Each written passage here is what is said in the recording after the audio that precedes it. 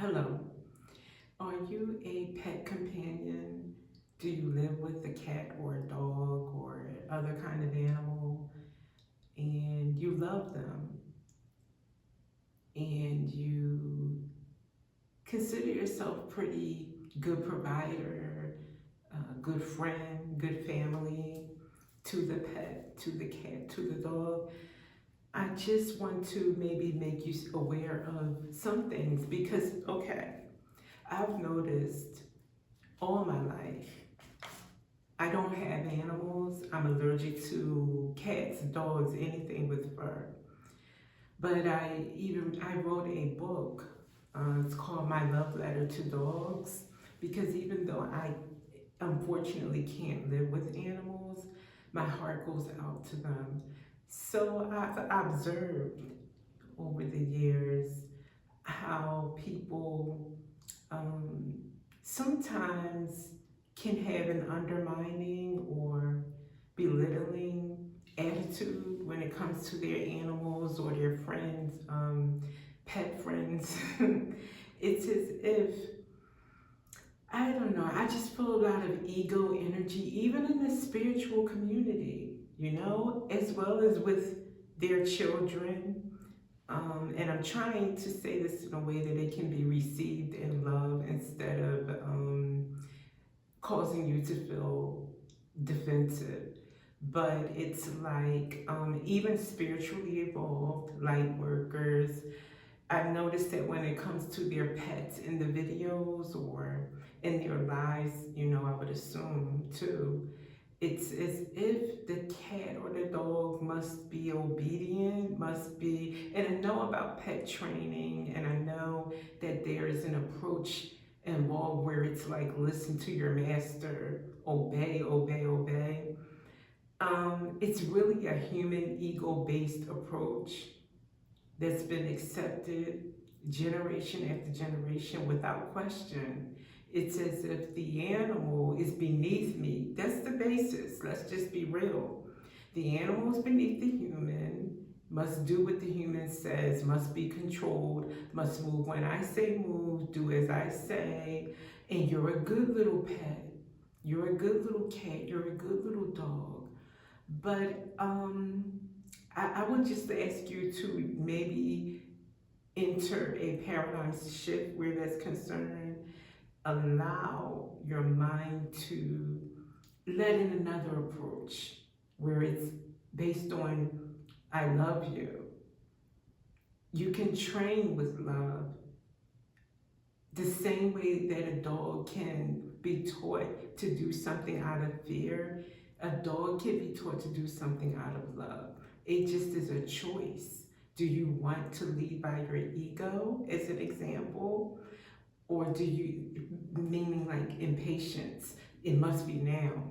I need this to shift. I need this to fit into my life right now. I have a meeting to go to, or I have a video to produce. So I need this dog or this cat to listen to do this. I need you to go for a walk right now. I need everything is about me, me, me, me, me. Well, maybe you don't need a pet or an animal friend. If your life doesn't allow you to factor in fairly that pet's needs as an equal right to life as your life, like if it can't be a balance of importance, of priority, it's not always when I say, when I need, and disregarding what you need and when you need it. If that is how your life has to be, then I would say you shouldn't become a parent right now. You shouldn't have a pet friend right now because you're only focusing on you and you can't entertain the equal priority of another. So I would just say, but if you already have and a pet friend and you are interested or willing to give it a chance to implement love-based fairness, I do have a book about that, and it is too long to put into a video, chapter by chapter, element by element, and it is called My Love Letter to Dogs, and it is listed on Amazon under BelleOfTheLight books. But in the meantime, some things that I'll put some links in my description for this that would help as well. To some articles, something to lead you to opening your mind, to prioritizing your pet's needs, and not being impatient. That's the number one thing I see is the impatience, which leads to your energy being rush, rush, rush, insistent, maybe even hostile toward your animal. And I have seen it in my favorite readers' videos. I have witnessed it. And I just feel like, wow, I believe as enlightened as they are, as spiritually evolved as they are, it must be an overlook, or they just don't realize it. Maybe they have that separation of animal versus human in their mind so embedded that they don't even pick up on that it's not fair to the animal for you to address them this way, for you to rush them, or to expect that that means being a good pet, obedient pet, to do what I say do, when I say do it, move how I say move, behave, react how that's just like, do you talk about control? That's the Eight of Swords all over the place. Maybe making them Nine of Swords. It's not promoting or emoting loving feelings, welcoming, being at ease, being relaxed. You don't want to police your pet. That's not your prisoner, is it?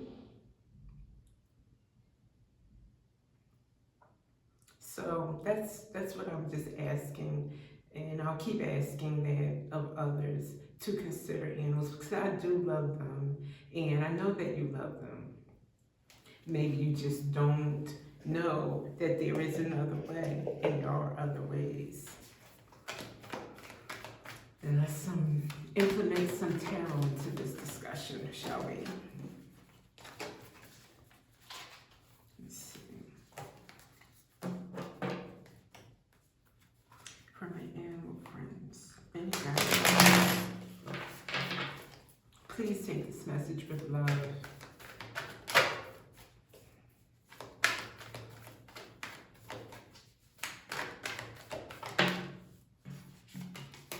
Eight of Cups. Okay, walking away from something, something behind. I'll show you in a second. So let me get a few out so I can know where this is going, please.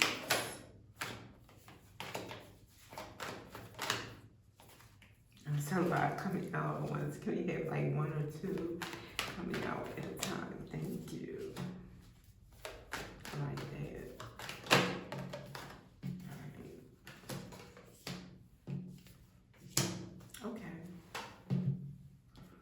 First, we have the Eight of Cups.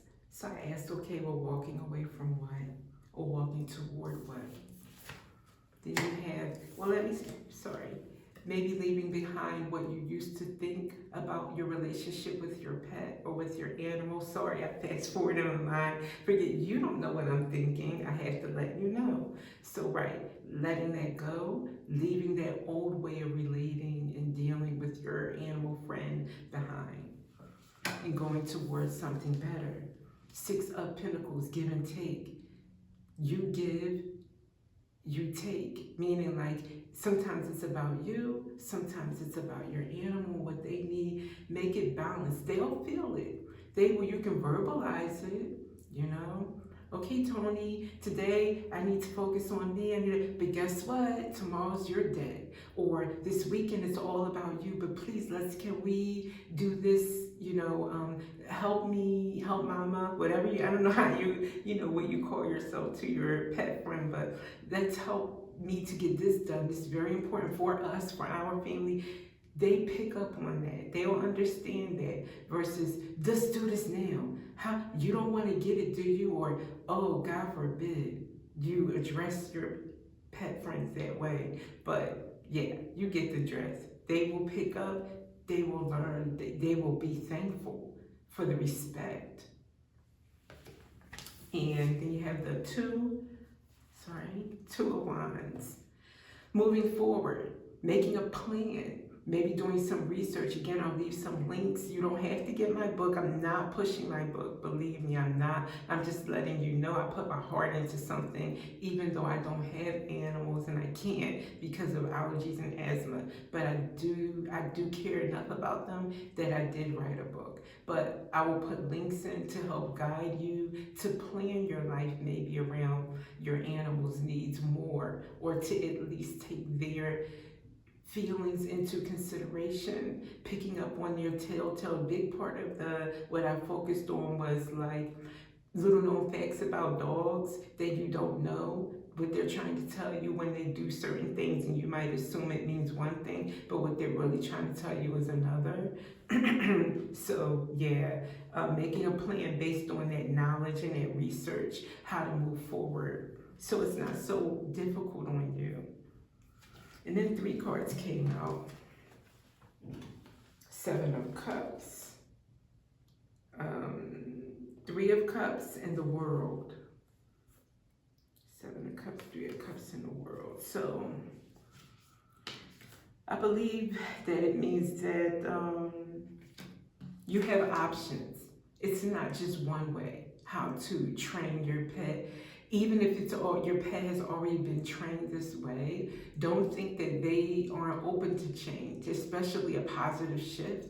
Oh yeah, you can bet they would opt for learning how to adapt to your new loving approach than continuing for the rest of their days any negative patterns or hostilities or impatience or negative energy toward them. You know what I mean? So in fact, they may pick up on, I'm sure they pick up on when you don't deal with your humans in this way. You know, when your friends come over, do you rush them? Do you have complete control over their every move, every breath they take? Why with me is it different and you love me? That's kind of confusing. I'm the most important person or animal or being. There you go. Most important being or creature to you, yet this is what I get. So yeah, you have options. And there's more than one way. And of course, I see these 2 together, the 3 of Cups and the World. Your new cycle, moving forward, going into a new life, a new way of doing things, leaving the old way behind, going into a new cycle with your animal friend or pet. And love, you know, this is like celebration, happiness in a group, happiness as a family, happiness together, living more harmoniously. I think that's what this indicates.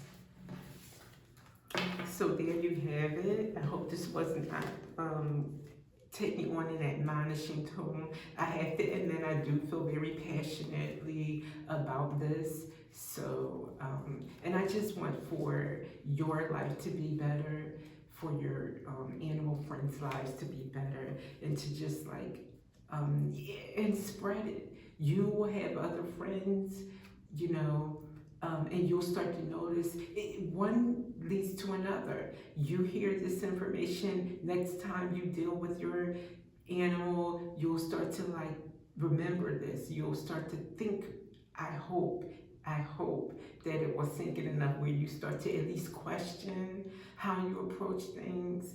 And then you'll visit someone else and you'll notice things that you never noticed before. And you may say to them, well, wait, I learned that this is a new way that you can deal with this, and or approach, you know, Sally, or, you know, whoever the little puppy is, or a cat, or, you know, animal, and you can say there's a better way. You can spread it, spread the love for the animals. So with that,